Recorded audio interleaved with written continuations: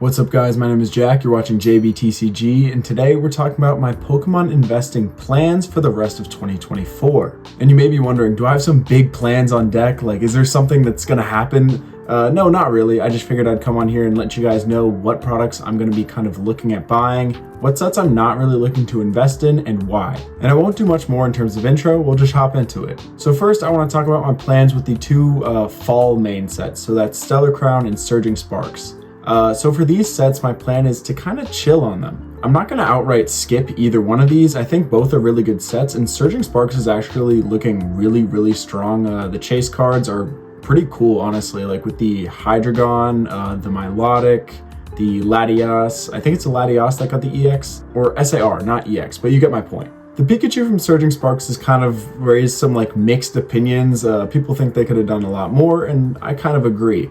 But there's some really good cards in this set. Lycia's Appeal, that's also going to be a pretty big chase card. I expect it to be kind of up there with like Carmine and Perrin. Both of those trainer SARs are in the $60 to $80 range. I think we'll have a card from this set that's above $100 too. I'm not really sure what it's going to be. Could be Pikachu, could be something else. There's no real way to tell right now, and I don't feel like speculating which card's going to be the top chase. But all of this to say that I like both these sets, but I'm not going to go super hard on either one of them. And the main reason for that is just timing. I think there's some really good upcoming sets coming on the horizon, and Black Friday deals and holiday deals are coming in November and December, and I want to save money for those things. Now sure, could a clearance Black Friday deal for Surging Sparks come out and I decide to buy a bunch of Surging Sparks products? Yes, absolutely. But I'm not really banking on it being Surging Sparks product that I get on Black Friday. I'll be looking for anything that I can get a really good deal on.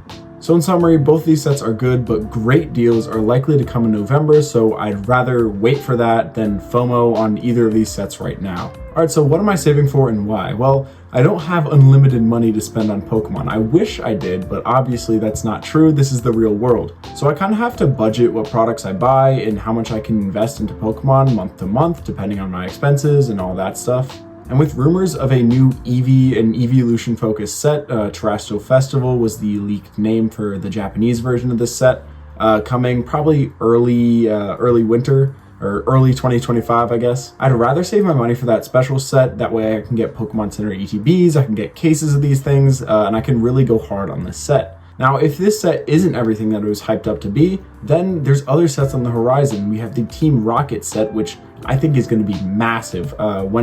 I don't know if you've seen the clip when they announced, or I guess leaked it or teased it at the end of their World Championship, and it was just the R logo and everyone went crazy. Yeah, this set's gonna go insane, and I think we'll see some great SIRs from this set, both on the Pokemon side and the trainer side. Like I imagine like a Jesse and James trainer card, which would be super expensive. People would definitely love that. So I think that'll be huge, and I also want to go really hard on that.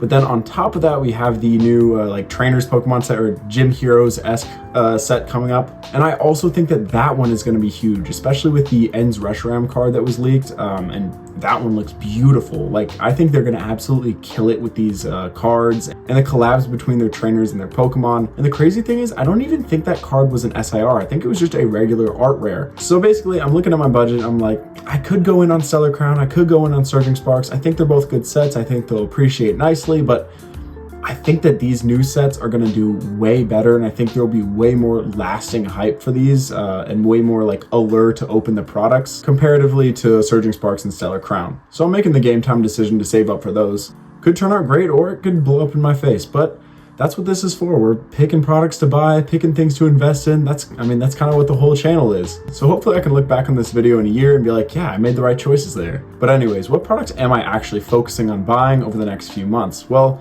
two sets come to mind, and I'm sure you know what they are: 151 and Crown Zenith. These are two of the greatest special sets that I think we've ever seen.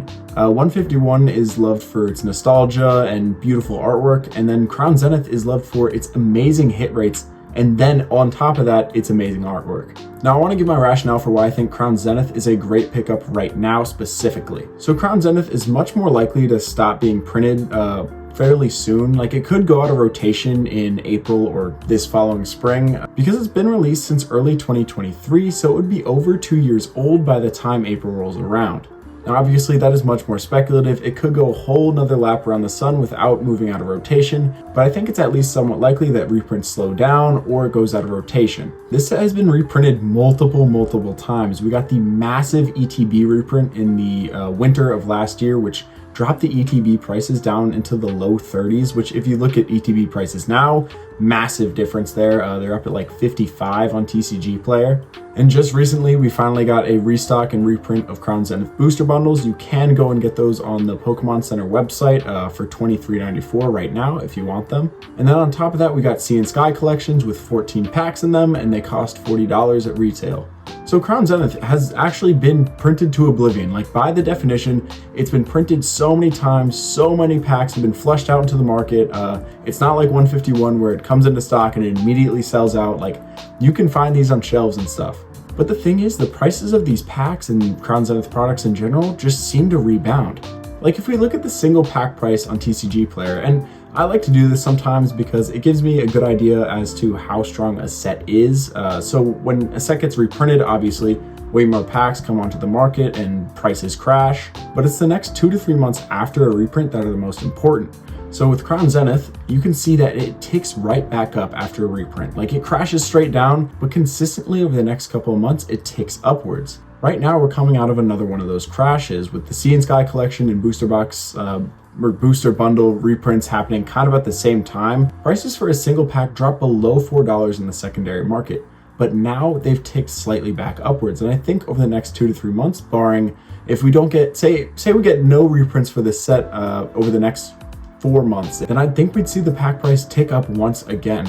It's such a good set, it's super fun to open, and because it's super fun to open with that amazing hit rate, packs get opened and supply of the sealed products dwindles. So in summary, Crown Zenith is one of the most healthy market movers I've seen out of all of these Pokemon sets from the Scarlet and Violet era. Besides 151, that's a completely different story. And the nice thing about Crown Zenith is that I think it will continue to get opened even when the packs get super expensive. It won't be something that just YouTubers open or just like box breakers or whatever open. And that's mainly because of the amazing hit rate that it has. It's kind of like Generations, where Generations is $50 a pack, but if you get like 1 or 2 packs, you're likely to get a hit. However, sets like Chilling Reign with their horrible pull rates, they're just less likely to get open compared to Crown Zenith because it's not quite as enjoyable. So my plan for the next couple of months is to buy as much Crown Zenith product as I can get my hands on. And FYI, if you are buying Crown Zenith booster bundles from the Pokemon Center, if you order 20, you will get a case. It's not like the regular like 151 booster bundles where you order 25 and get a case.